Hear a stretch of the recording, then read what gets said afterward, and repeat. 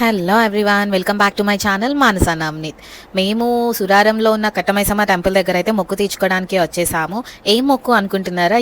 ఫైనల్గా నా వీసా అయితే అప్రూవ్ అయ్యిందండి. మరి తల్లికి వచ్చి థ్యాంక్స్ చెప్పుకొని మొక్కు తీర్చుకోవాలి కదా, అందుకని వచ్చేసాము. ఆ, చాలా powerful temple. I do have lot of personal experiences. పెళ్ళికి ముందు ఇట్లా ఏటలను ఇవ్వడం ఇవన్నీ నాకు అంత తెలియదు, ఆంధ్రాలో ఇంత ఉండదు కాబట్టి. బట్ తెలంగాణలో ఇది మోస్ట్ కామన్ థింగ్. పెళ్ళయ్యాక ఇంకా అత్తయ్య వాళ్ళు కూడా ఇంట్లో ఏ మంచి జరిగినా ముందు అమ్మవారికి వెళ్ళి ఏటనిచ్చి రావడం అలవాటు అనమాట. అమ్మవారికి ఏటనిచ్చేటప్పుడు మేక ముందు తల బాడీ మొత్తం ఊపాలి, అప్పుడే అమ్మవారు ఆ మొక్కుని యాక్సెప్ట్ చేసినట్టు. ఇంకా మేక కూడా తన ఇష్టపూర్వకంగానే దీనికి రెడీ అని తలొంచినట్లు. సో పెళ్ళయ్యాక ఫస్ట్ టైం మొక్కు తీర్చుకునేటప్పుడు అనుకుని ఉండే నేను, ఆ మేక ఒంటి మీద వాటర్ పోస్తారు, ఆబ్వియస్ గా అది జల్దరిస్తుంది, ఎందుకు ఊపదు అని. బట్ నో అండి. తర్వాత third time I guess Navneet India వచ్చినప్పుడు మొక్కు తీర్చుకుంటానికి వెళ్ళినప్పుడు అది అసలు ఊపలేదు తెలుసా. ఆల్మోస్ట్ 1.5 hours మేము చాలా ట్రై చేసాము. కళ్ళు పట్టించారు, ధూపం తీసుకునేటట్లు చేశారు, వాటర్ పోసారు, అది అసలు ఊపలే. చాలా స్టబ్బన్ ఉండే అనమాట. లైవ్ ఎక్స్పీరియన్స్ చేసిన నేను, చూసినా కదా. అప్పుడు అనుకున్నా, నో కాదు, అమ్మవారు యాక్సెప్ట్ చేస్తేనే అది తల ఊపుతుంది అని చెప్పేసి. మేబీ నాకు రియలైజేషన్ అవ్వడానికి అప్పుడు అట్లా అయ్యిందేమో అని అనుకున్నా. బట్ ఫైనల్గా అయితే తల ఊపింది, మొక్కు తీర్చుకోగలిగాము. ఈసారి అయితే జస్ట్ 2 minutes లో ఊపేసింది, ఫుల్ బాడీ అంతా షేక్ చేసింది. చాలా హ్యాపీ ఫీల్ అయి ఉండే మేము. అమ్మవారికి అలా చూపించి మేక తల ఊపిన తర్వాత దాన్ని గోట్ కటింగ్ కోసం మామయ్య ఇంకా డాడీ తీసుకువెళ్లారు.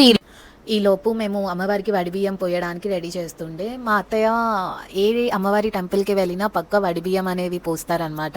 అసలు వడిబియ్యం ఎందుకు పోస్తారు అని అంటే, జనరల్గా మన బాడీలో చక్రాలు ఉంటాయి. కరెక్ట్గా నాభి దగ్గర వడి దగ్గర ఉండే చక్రాన్ని మణిపురి చక్రం అని అంటారు. మణిపురి చక్రం దగ్గర అమ్మవారు ఒక శక్తిని ఉంచుతుంది. అది ఎటువంటి శక్తి అంటే జ్ఞానాన్ని, సంపదని, ఐశ్వర్యాన్ని, ఐదోతనాన్ని ప్రసాదించగలిగే శక్తి. అంతేకాకుండా ఎటువంటి సిచ్యువేషన్ అయినా ఎదుర్కొనగల శక్తి అక్కడ ఆ చక్రం దగ్గర ఉంచుతుంది. అంతేకాకుండా ఆడపిల్లకి కావాల్సిన హార్మోన్స్ అన్నీ కూడా ఆ నాభి స్థానంలోనే ఉంటాయి అన్నమాట.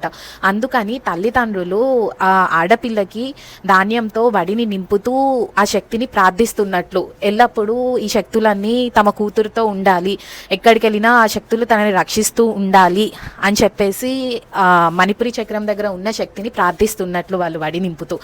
అదేవిధంగా అమ్మవారిని కూడా మన ఇంటి ఆడపిల్లలాగా భావించి వడిబియ్యం పోస్తూ ఉంటారు. వడిబియ్యం పోయడం అనేది ఆడపిల్లకి ఇస్తున్న గౌరవ మర్యాదల్లాగా, తల్లిదండ్రుల అండ ఎప్పుడు తన ఇంటి పిల్లల మీద ఉంటుంది అని తెలియజేస్తున్నట్లు. మీరు గమనిస్తే గనక ముత్తైదువులు అందరూ కలిసి ఆడపిల్ల వడి నింపిన తరువాత ఆ ఇంటి ఆడపిల్ల తన గుప్పెడతో పిడికిలే అంత ధాన్యం తీసుకొని తన తల్లిదండ్రులకు ఇస్తుంది. దాని అర్థం ఏంటి అంటే, మీరు కూడా సంతోషంగా ఉండాలి, మీరు కూడా ఎటువంటి సిచ్యువేషన్స్ అయినా ఎటువంటి పరిస్థితులైనా ఎదుర్కొనగలిగే శక్తులు మీతో ఉండాలి, నా అండ ఎప్పుడు మీకు ఉంటుంది అని తెలియజేస్తున్నట్లు. సో ఈ పద్ధతి, ఈ ప్రాసెస్ అంతా చూసుకుంటే ఒకళ్ళు సపోర్ట్ నేను ఉన్నాను, నా అండ నీకు ఉంటుంది అని చెప్పేసి తెలియజేసుకున్నట్లు ఉంది. డిఫరెంట్ రీజన్స్లో వేరు వేరు పద్ధతులు ఉంటాయి. తెలంగాణలో వచ్చేసరికి వడిబియ్యం అని అంటారు. ఆంధ్రాలో వచ్చేసరికి ఏ మంచి జరిగినా చెడు జరిగినా ఆడపిల్లకు చలిమిడి, పసుపు, కుంకం బట్టలు పెట్టి అత్తారింటికి పంపిస్తారు, చల్లగా ఉండమ్మా అని చెప్పేసి. చలిమిడి అర్థమే చల్లగా ఉండడం. పద్ధతులు వేరైనా అల్టిమేట్గా రీజన్, మీనింగ్ అయితే ఒక్కటే. చాలా మంచిగా ఉన్నాయి కదా ఇవన్నీ తెలుసుకోవడం, పాటించడం. నాకు పెళ్ళైన తర్వాతే తెలిసినవి ఇవన్నీ. తెలుసుకోవాలబ్బా, అందరూ ఎట్లా అయినా ఫాలో అవ్వాలి కూడా. మేము కూడా అమ్మవారికి వడిబియ్యం పోసేసాము. తర్వాత ఇంట్లో వండుకు వచ్చిన పరవన్నం నైవేద్యం అట్లా అమ్మవారు వెలిసిన చోట పెడతారనమాట. ఇంకా వంటలు అవుతున్నాయి. మేము ఎక్కడ ఏటనిచ్చినా ఇదే అంకుల్ వస్తారు, ఆగం చేస్తారు, హడావిడి చేస్తారు. కానీ టేస్ట్ మటుకు అల్టిమేట్ ఉంటుంది. చాలా ఫాస్ట్గా కూడా కుక్ చేస్తారనమాట. ఇంక ఈలోపు ఫ్రెండ్స్తో ఇంకా రిలేటివ్స్తో అందరితో ముచ్చట్లు వేస్తూ కూర్చున్నాము. మా అమ్మమ్మ మా క్యూటీ. ఇంకా వంట అయిపోయిన తర్వాత మనం ఫస్ట్ నైవేద్యం పెట్టాలి కదా అమ్మవారికి. మనం గర్భగుడి దగ్గర ఎక్కడైతే వెలిసిందో అక్కడ అట్లా నాన్ వెజ్ పెట్టనియరు అనమాట. సో అట్లాగా పసుపు కుంకంతో చేసుకొని అమ్మవారి కింద భావించి ఫస్ట్ చేసిన ప్రతి ఐటము అమ్మవారికి నైవేద్యం కింద పెట్టుకుంటాము. సో ఈ పద్ధతులన్నీ నాకు ఇది పెళ్ళి అవ్వకముందు తెలియవన్నమాట. ఆంధ్రాలో ఇవన్నీ ఎక్కువ ఉండవు కదా. పెళ్ళి అయినాక తెలిసినవే, నేర్చుకున్నవే. ఇప్పుడైతే ప్రూవ్ అయిపోయినా అని చెప్పుకోవచ్చు అనమాట. సో ప్రసాదం పెట్టి అమ్మవారికి నైవేద్యంగా ఇంకా తర్వాత అందరూ స్టార్ట్ చేస్తారు. లిక్కర్ తీసుకుంటున్నారు పెద్ద మామయ్య వీళ్ళందరూ. అది ఆబ్వియస్, ఇంకా చెప్పక్కర్లేదు, దావతుల్లో మాకు పక్కా ఉంటుంది. ఇంకా మా ఫ్రెండ్స్ కూడా ఇద్దాం అనుకున్నారు కానీ పిల్లకాయలు మొహమాట పడ్డారు. మా పేరెంట్స్ ఇంకా పెద్దోళ్ళందరూ ఉన్నారు అని చెప్పేసి ఇంకా ఫుల్ ఆకలేసి ఉండే నాకు. వడి బియ్యం పోయాలి అని చెప్పేసి మార్నింగ్ ఏం తినకపోతుండే అనమాట, తినకుండానే పోయాలన్నమాట. ఇంకా సో ఎంత ఆకలి ఫుల్ వేస్తుంది కానీ ఇంకా టైం ఆల్మోస్ట్ 4:30 అయింది, తినలేకపోయినా ఎక్కువ. ఆ, తర్వాత ఇంకా మొత్తం రిలేటివ్స్ అందరికీ ఇట్లాగా వీసా అప్డేట్ చెప్పి ఇట్లా 2 డేస్లో వెళ్తున్నానని చెప్పి వాళ్ళ దగ్గర బ్లెస్సింగ్స్ తీసుకున్నాను అనమాట. మా అత్తయ్యకి 3 సిస్టర్స్ 2 బ్రదర్స్ ఉన్నారు. పెద్ద ఫ్యామిలీ. చాలా షార్ట్ నోటీస్లో అప్పటికప్పుడు అనుకున్న ఈవెంట్ కదా, పిలిచినా సరే మళ్ళీ నన్ను ఎప్పుడు కలుస్తారా అని చెప్పేసి అందరూ టైం సెట్ చేసుకొని వచ్చారు. చాలా మంచిగా అనిపించింది అలా వాళ్ళందరికీ చెప్పి వాళ్ళ బ్లెస్సింగ్స్ తీసుకోవడం. తర్వాత చిన్న ఫోటో సెషన్ మెమరీస్ కోసం నేను మా మామయ్య వాళ్ళ సిస్టర్ బుజ్జి పిన్ని వాళ్ళ డాటర్ నిక్కి చాలా క్లోజ్ కజిన్, మంచి కంపెనీ.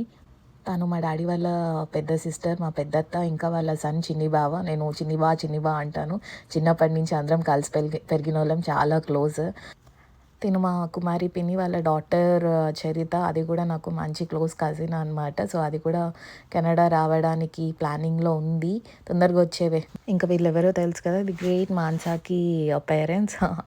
యాక్చువల్గా మా వదిన వాళ్ళ ఇన్లాస్ సైడ్ కూడా ఒక ఈవెంట్ ఉండే అనమాట. అబ్రాడ్ నుంచి వాళ్ళ కజిన్స్ వచ్చారు, వాళ్ళు కూడా కరెక్ట్గా అదే రోజు పెట్టుకున్నారు. సో ఇంకా సుజితన వదిన వాళ్ళు అటు ఇటు తిరుగుతూ రెండు కవర్ చేస్తూ ఉన్నారు. యాక్చువల్గా మా వదిన వాళ్ళ ఇన్లాస్ సైడ్ రిలేటివ్స్ దగ్గరికి వాళ్ళు ట్రావెల్ చేయాల్సి వచ్చి ఉండే అనమాట 3 డేస్. చెప్పినా కదా నేను ఇంకా 2 డేస్లో ట్రావెల్ చేస్తా అనగా ఈ మొక్కు తీర్చుకున్నానని. సో నాకు సెండ్ ఆఫ్ ఇవ్వడానికి తను ఉండడానికి కుదరలేదు, ఇంకా అక్కడే నాకు సెండ్ ఆఫ్ ఇస్తుండే. సో రాఖీ వస్తుంది కాబట్టి నవనీత్కి రాఖీ, ఇంకా నాకు ఆవు దూడ ఇచ్చి ఉండే అనమాట. సో కెనడాలో మేము తొందరగా వెళ్ళి సెటిల్ అయ్యి ఇల్లు కొనుక్కోవాలి అని చెప్పి వి వర్ బిట్ ఎమోషనల్. చాలా మంచి మెమరబుల్ మూమెంట్స్ ఉండే మాకు. చాలా మిస్ అవుతాను వదినని, ఇంకా బుడ్డదాన్ని. Yeah, and she is Selvi, నా ఆఫీస్ కలీగ్ అనమాట. చాలా క్లోజ్, అసలు సోల్ సిస్టర్ లెక్క. Like I just miss her, I love her అంతే. ఇంకా మొత్తం హడావిడి అయిపోయినాక ఫ్రెండ్స్తో అలా ముచ్చట్లు వేసి ఆల్మోస్ట్ ఎండింగ్ వరకు ఉన్నారు వాళ్ళు, ఈవినింగ్ 7 వరకు. బై బై టాటా చెప్పేసి ఇంకా తర్వాత నవనీత్కి కూడా వీడియో కాల్ చేసి ఉండే అనమాట, నువ్వు కూడా మొక్కుకో అని చెప్పి. ఇంకొకసారి అమ్మకి హార్ట్ఫుల్గా థ్యాంక్స్ చెప్పుకుంటూ మళ్ళీ కలుద్దాం అనుకుంటూ పునర్దర్శన ప్రాప్తిరస్తా అనుకుంటూ ఇంటికి వెళ్ళిపోయి ఉండే. సక్సెస్ఫుల్గా మొక్కు తీర్చుకున్నాను. Thanks for watching. Will meet in a next video. Till then take care, by.